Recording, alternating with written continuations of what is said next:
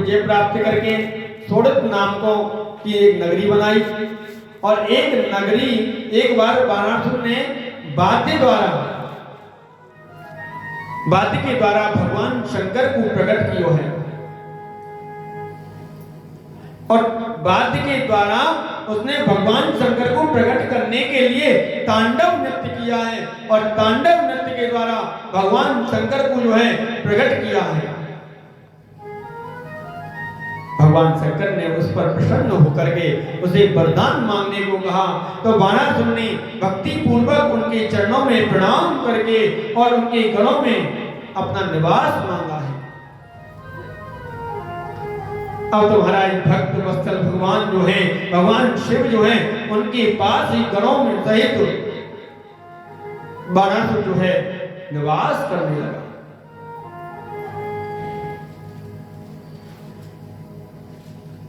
एक बार सोड़तपुर के पास में बहती हुई नदी के तट पर शिवजी जो है अपनी लीला कर रहे थे। और गान और नृत्य करता हुआ जो है उसने देखा कि देवता अप्सराएं भी आई हुई हैं। तो फिर जल कीड़ा होने लगी और शिवजी ने पार्वती जी को भी कैलाश से बुलाया।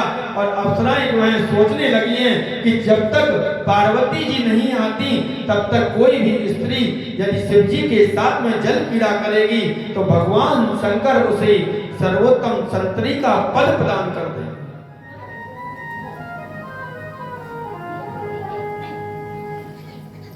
यह सोचकर के बाणासुर की पुत्री उषा ने शिवजी को स्पर्श करने के लिए पार्वती को रूप धारण कर लिया।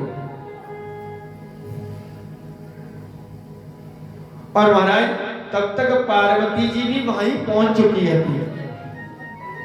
उन्होंने बाणासुर की पुत्री उषा को उद्देश्य जान लियो। तब पार्वती जी उषा से बोली कि अरे पुत्री, तुमने ये मेरा रूप धारण क्यों किया है? अच्छा, तो तू जो है इसी कार्तिक मास में ही ऋतु वाली हो जाएगी और वैशाख मास की शुक्ल पक्ष की द्वादशी की अर्धरात्रि को तुझे सोती हुई के साथ में कोई व्यक्ति जो है तेरे साथ में संभोग करेगा और फिर तो उसी की पत्नी बन जाएगी। ऐसा आशीर्वाद दिया है। यह कहकर के माता पार्वती जी शिवजी के साथ में जलक्रीड़ा करने लगी। और थोड़ी देर बाद शिव जो है पार्वती जी दोनों अंतर्ध्यान हो गई हैं। तो एक समय की बात है, बाणासुर जो है भगवान शिव को प्रसन्न करने के लिए कहने लगा कि हे प्रभु, आपने मुझे एक 4 बाहें प्रदान की हैं, परंतु इनसे कोई मुझे लाभ नहीं हो रहा। इनका उपयोग तो युद्ध में ही हो सकता है। और प्रभु, मैंने इंद्र, यम, कुबेर आदि पर विजय प्राप्त कर ली है, लेकिन मेरे इन हाथों का जो है ना कोई उपयोग नहीं हुआ। अभी इन हाथों में थोड़ी खुजली चलती है, खुजली। मेरे जैसा कोई योद्धा नहीं मिला। मैंने सभी देवताओं को भी जीत लिया है, लेकिन मैं अब आप सभी विजय प्राप्त करना चाहूंगा। मैं आपसे युद्ध करना चाहूंगा। उसके बाद ही मेरी भुजाएं जो हैं आपके शस्त्रों से जर्जित होकर के पृथ्वी पर गिरेंगी और इससे मेरा जो मनोरथ है वो पूर्ण हो जाएगा। इतना सुनकर के मेरे भोलेनाथ जो है, शिव जो है क्रोध से भर आए हैं और कहने लगे कि तुझे बहुत अभिमान, बड़ा अहंकार हो गया है। भक्त बाली के कुल में जन्म लेकर तुझे ये अभिमान,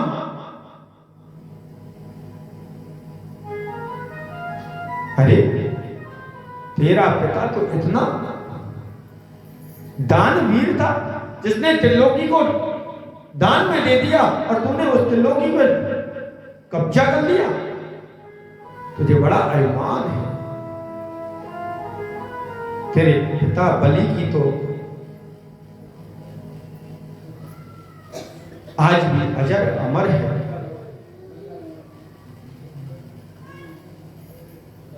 तेने भक्त बलि के कुल में जन्म लेकर के तुझे ये अभिमान शोभा नहीं देता है, इसलिए तुझे शीघ्र ही अपने अभिमान की शांति मिलेगी।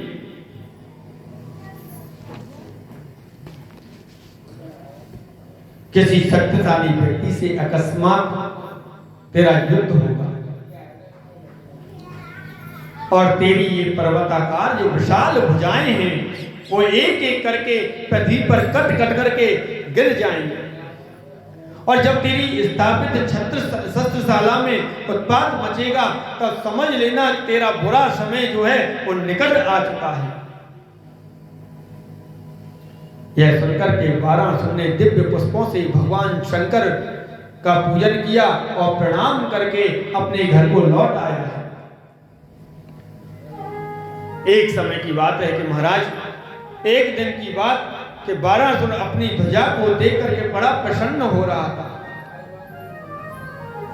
उसने अपने किले के ऊपर एक ध्वजा लगा रखी थी और भगवान का वरदान था कि जिस दिन ये ध्वजा नीचे गिर जाएगी उस दिन समझना कि तेरा अंत आ गया है। वो उस ध्वजा को देख करके बड़ा प्रसन्न है। सोचने लगा कि ऐसा कौन पराक्रमी है जिससे मेरा युद्ध होगा। उसी समय वहां काल का आगमन हुआ है। महाराज, बाणासुर की पुत्री है उषा, और उषा जो है बहुत सुंदर वेश में उपस्थित थी। तो वैशाख का महीना था, वह रात्रि में श्री हरि का पूजन किया करती थी। तो रात्रि को वह गुप्त स्थान में अंतःपुर में सो रही थी। और उसी समय माया के वश भगवान श्री कृष्ण के पुत्र अनिरुद्ध ने उसके साथ में जबरदस्ती शारीरिक संबंध बना करके पुनः द्वारका लौट करके आई है। अब तो महाराज उषा ने अपने को दूषित समझ के और सखियों से शरीर त्यागने की बात कही है। उसकी बात को सुनकर के कूष्मांड की पुत्री चित्रलेखा ने उसे पूर्व जन्म के वृतांत को सुनाया और उस पर उषा गुप्त पति को प्राप्त करने का उपाय सोचने लगी है कि जो स्वप्न में जो पति मुझे प्राप्त भयो है वो मुझे कैसे प्राप्त हो,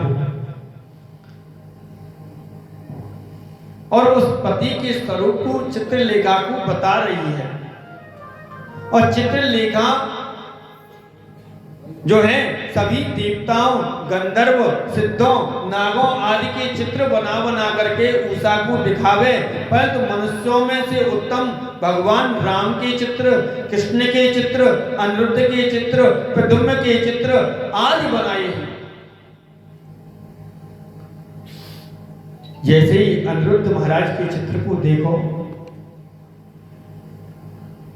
तो उषा ने चित्रलेखा को बताया कि देख यही है मेरा शील हरण करने वाला, इसी ने मेरा जो है शील हरण किया है। अब तुम्हारा चित्रलेखा ने उसको नाम, वंश आदि बता करके उसकी खूब प्रशंसा की है। उषा अनिरुद्ध पर मोहित होकर के उन्हें पाने की उत्कंठा करने लगी। हे सहेली, मुझे इसे ही पाना है, मुझे इसके साथ ही शादी करनी है, विवाह करना है। चित्रलेखा जो है ज्येष्ठ मास की कृष्ण पक्ष की चतुर्थी तिथि को द्वारका में गई है और चित्रलेखा ने योग के द्वारा अंधकार फैला करके अनिरुद्ध महाराज को शेष सैया सहित उठा करके क्षण भर में सोरठपुर को लेकर के आ गया।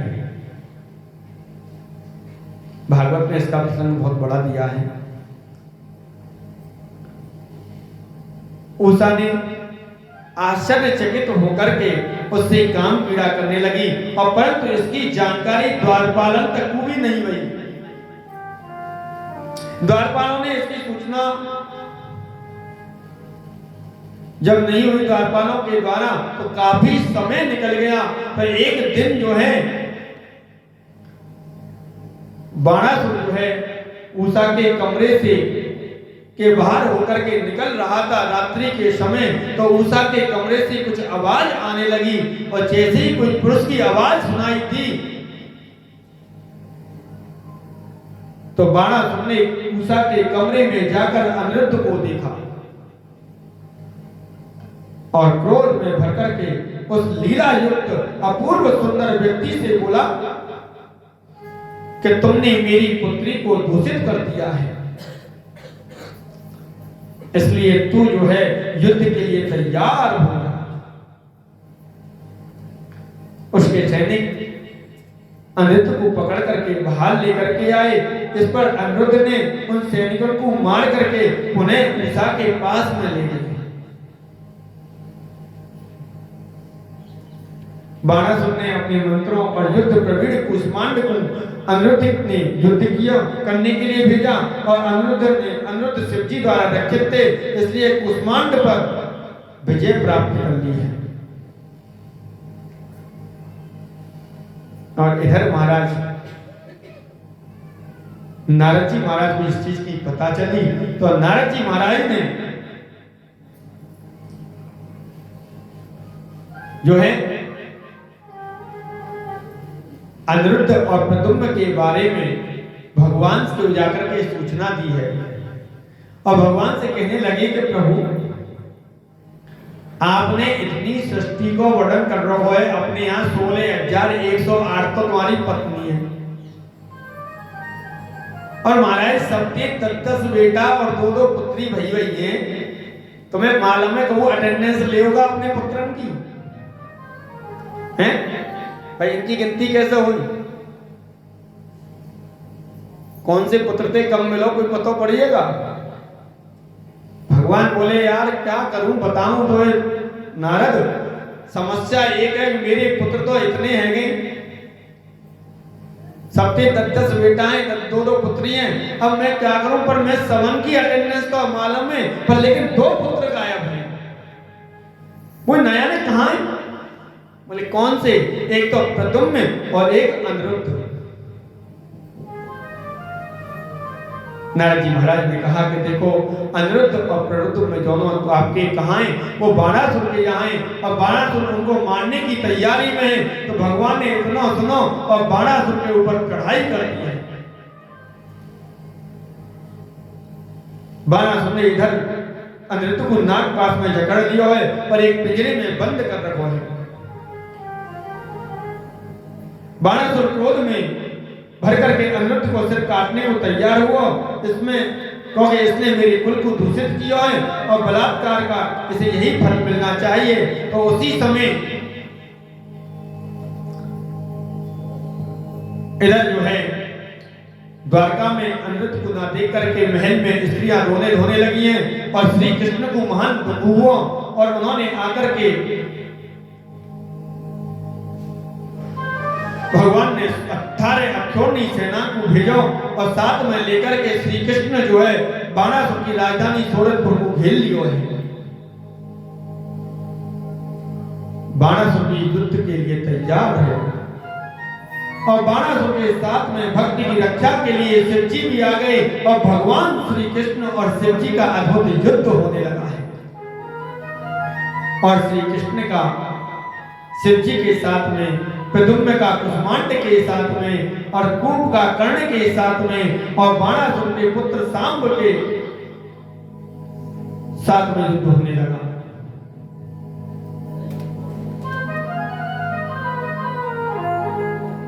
ब्रह्मास्त्र आदि सभी अस्त्र शस्त्रों का प्रयोग हुआ है। शिवजी ने शिव जी के तेज के कारण श्री कृष्ण के सैनिक ठहर नहीं पाए और श्री कृष्ण ने शीतलता नामक जल का प्रयोग किया और परंतु शिव जी ने उसे शांत कर दिया है। ऐसे श्री कृष्ण के विस्मय का ठिकाना नहीं रहा और फिर श्री कृष्ण ने के सहित सबने मिलकर के शिव जी की स्तुति की और श्री कृष्ण ने कहा कि हे प्रभु, मैं आपकी आज्ञा से बाणासुर की भुजाएं काटने हेतु तैयार हूं, इसलिए आप संग्राम से हटे जाइए। आप मुझे बाणासुर को मारने की आज्ञा प्रदान करें। ईश्वर महादेव कहने लगे कि आपको कथन जो है बिल्कुल सत्य है।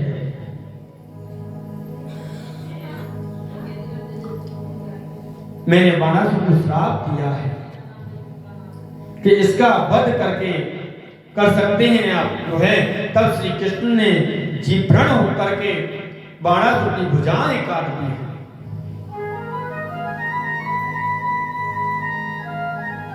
जब बाणासुर की केवल 2 भुजाएं शेष रह गई तब बाणासुर युद्ध बंद करके भगवान श्री कृष्ण को अंतःपुर में ले गया और वहां उसने अपनी कन्या को अनिरुद्ध महाराज के साथ में सौंप दिया है। रत्न आदि का महान दहेज प्रदान किया और उसने श्री कृष्ण का महान स्वागत किया है और श्री कृष्ण की अपनी पौत्र वधू और पौत्र को साथ में लेकर के कुटुंब सहित द्वारका गए और वहां भारी उत्सव मनाया है और भगवान का उत्सव मन रहा है।